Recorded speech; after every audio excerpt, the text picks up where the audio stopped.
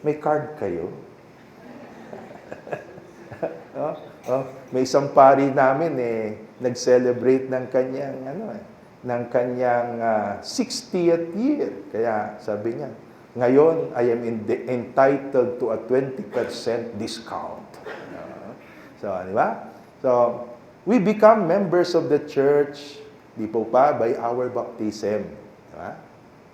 By our baptism, we become members of the church, and it is during this season that we renew the vows of our baptism. That will be the most important celebration of Easter Sunday. We renew our baptismal vows. Lingunin mo nga yung katabi mo, tanungin mo, kailan ka bininyagan? Ayan, delikado. Yung iba, hindi nila alam ang petsa ng binyag nila. Nagkakabiglaan na lang kapag magpapakasal.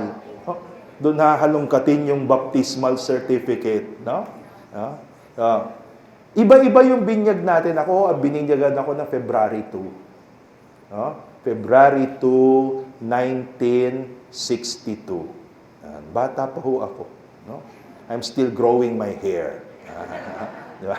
So, and that's the feast of the presentation of the Lord. Kaya sabi ng nanay ko, talagang nung bata ka pa iho, inialay na kita kay Lord. Sabi ko, naku, wala pala akong choice. And yun, buhay pa yung aking baptismal godmother, yung ninang ko sa binyag, equally a very prayerful woman. Kwinento niya sa akin, alam mo, iho ka niya, matapos kang binyagan ng pari sa pako, inilagay ka namin ng nanay mo sa altar ng simbahan. Naku, patay na ako. Talagang wala. No choice. So, anyway, kahit na anong time tayo bininyagan, kahit anong date tayo bininyagan, it is on Easter Sunday that we renew our baptismal promises. It is the time when we again say, yes, I am a living member of the church.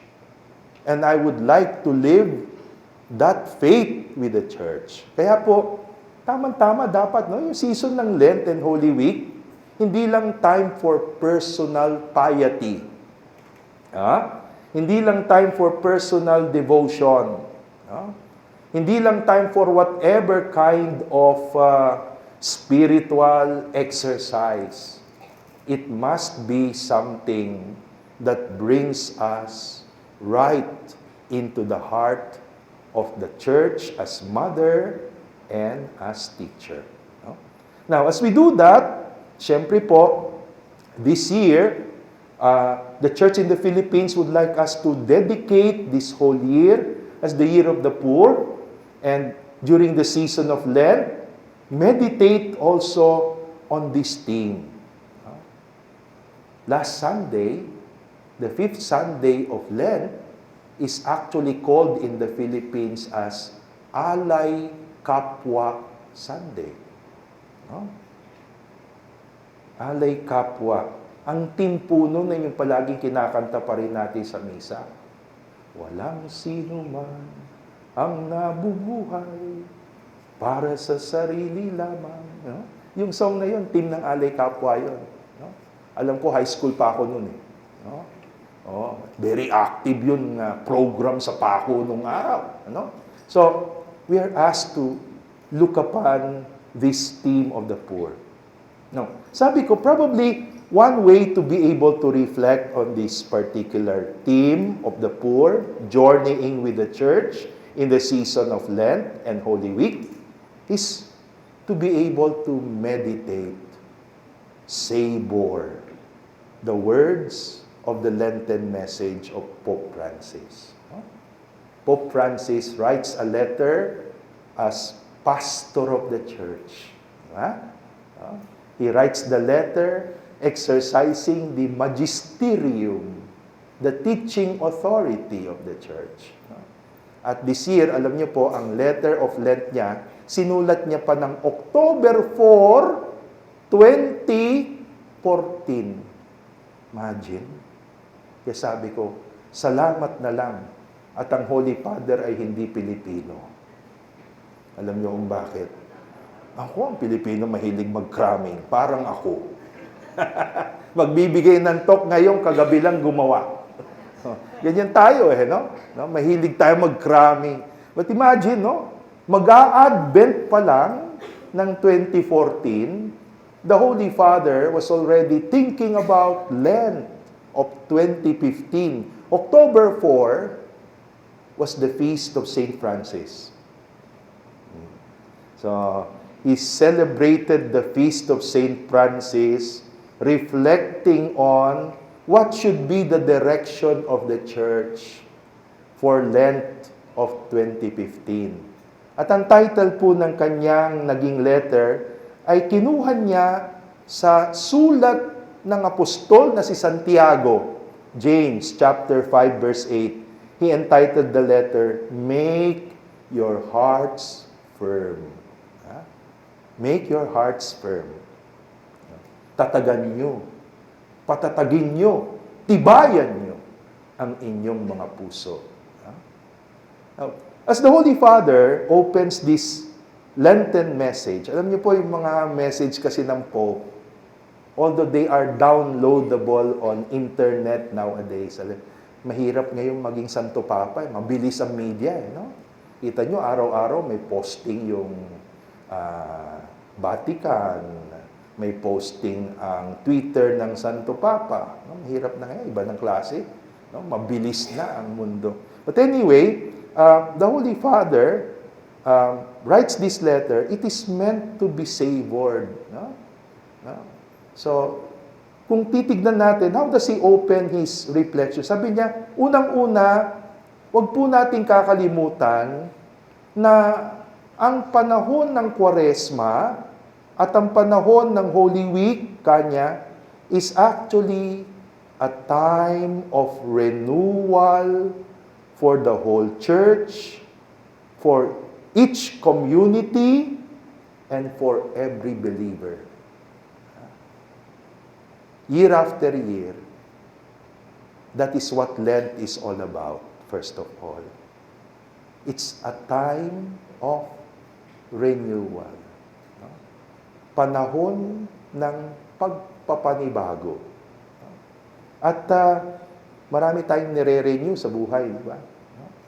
So, habang tumatanda tayo, alam natin yung buhay hindi pala ganun kasimple, no? Maraming nire-renew, di ba? Taon-taon, no? Marami tayong nire-renew. Lent is a time of renewal. The very name of Lent, coming from the Anglo-Saxon word lengthen, L-E-N-C-T-E-N, already spells out renewal for us. Bakit? Ano bang ibig sabihin ng Lent o lengthen? Yung pinanggalingang salita nito sa Anglo-Saxon, lumang Ingles. Ang ibig sabihin pala nun ay tagsibol. Springtime. No? Lent is springtime. Yung mga ganitong panahon sa Europe, after a harsh winter, di ba? The trees begin to bloom again. No? Leaves come out. Flowers come out. No? Fruits come out. Kaya, renewal time. No? Or, kung ayaw niyo mang gamitin yung pangalang Lent, Kwaresma. Yung salitang Kwaresma, ganun din po ang consideration ng Kwaresma. But saan ba galing yung salitang Kwaresma? Ito po'y inugat natin sa Latin na salita, quadragesima. Tignan nyo nga yung katabi nyo. Palagay ko yan, quadragesima na. Ano ba ibig sabihin ng quadragesima sa Latin? 40. So kung yung katabi mo, in his 40s or in her 40s, pwede mo na siyang tawagin, quadragesima. 40. Now, what is the implication of 40 in the biblical language? In the Bible, 40 is indicative of a preparation time for a renewal. Ha? Kapag yung mga, unahin natin, yung panahon ni Noah, nung napuno na ang kota ng Diyos sa kasalanan ng tao, gusto niyang i-reboot ang mundo. Computer na tayo ngayon, kaya kailangan yun ng mga language natin. No? Gusto niyang i-reboot ang mundo. No? So how did He reboot the world? He sent rain for 40 days and 40 nights. And then a new world, a new earth starts. Or Israel. Diba? When God wanted Israel to be a new nation, God made Israel journey through the desert, not for 40 days, but 40 years. Bakit 40 years? Kasi alam nyo, medyo matagal-tagal yung slavery ng Israel sa Egypt. 400 years. No? Napakahirap kung i-undo ang mga bagay na natutunan na ng 400 years. The Lord has to destroy or wipe out an entire generation so that a new generation would enter the promised land. Not even Moses would enter the promised land. No? And for that, the Lord allotted 40 years in the desert. So 40, even Jesus, no? Before he went into ministry, He prepared for it for 40 days and 40 nights fasting in the desert. Yeah, whichever way, Lent or Quaresma, tama po ang Santo Papa. This season is always a call to renewal. Siguro yun ang unang dapat nating tanungin. Sa anong paraan kailangan ko ang renewal sa buhay ko? Every time we come to a season of Lent, there is something that needs to be renewed in us. No? I am being warned by one of my doctor classmates in high school. Sabi niya, ilang oras ka natutulog? Sabi ko, minsan, okay na ako sa 4 na oras. Sabi niya, naku, kanya, hindi maganda yan. Dapat matulog ka ng mga 8 oras. Ha? Sabi ko, oo, kanya. Kasi, alam mo yung katawan mo, tuwing gabi, nagre-reboot parang computer. May oras pa yan, kanya. Kailangan tulog ka na ng 2:00. Kasi yung cycle, yung biocycle ng katawan, yung biorhythm ng katawan niya, 2 o'clock. Nagre-reboot yan. Nagja-jump start. Kaya karamihan ng fatal heart attacks, 2:00 ng umaga. Pag-reboot, ayaw na.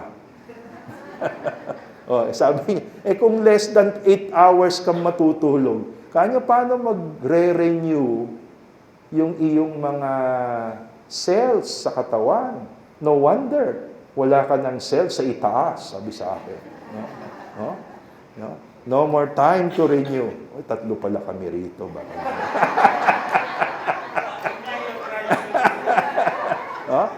So,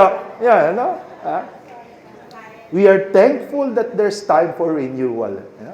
And we have to ask ourselves, it's renewal time. How is this really a moment that the Lord is giving me? Pero, nagpatuloy po ang Santo Papa. Sabi niya, it's a time of renewal, pero sabi niya, above all, a time of grace. We renew many things.